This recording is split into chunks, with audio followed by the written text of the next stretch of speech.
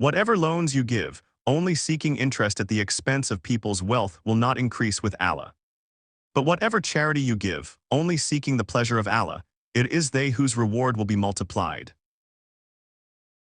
We forbade the Jews certain foods that had been lawful to them for their wrongdoing, and for hindering many from the way of Allah, taking interest despite its prohibition, and consuming people's wealth unjustly. We have prepared for the disbelievers among them a painful punishment.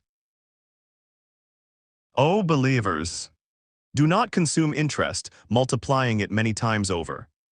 And be mindful of Allah so you may prosper.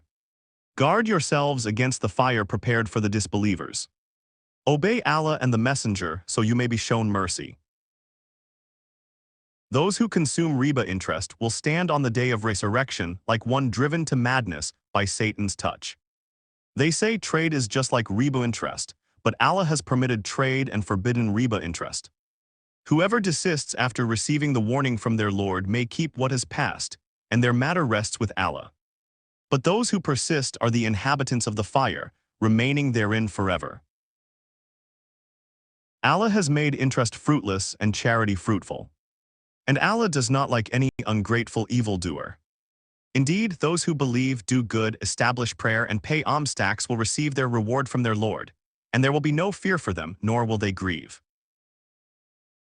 O believers! Fear Allah and give up outstanding interest if you are true believers.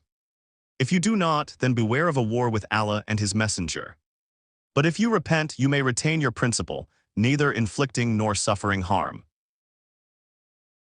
If it is difficult for someone to repay a debt, postpone it until a time of ease. And if you waive it as an act of charity, it will be better for you, if only you knew. Be mindful of the day when you will all be returned to Allah, then every soul will be paid in full for what it has done, and none will be wronged.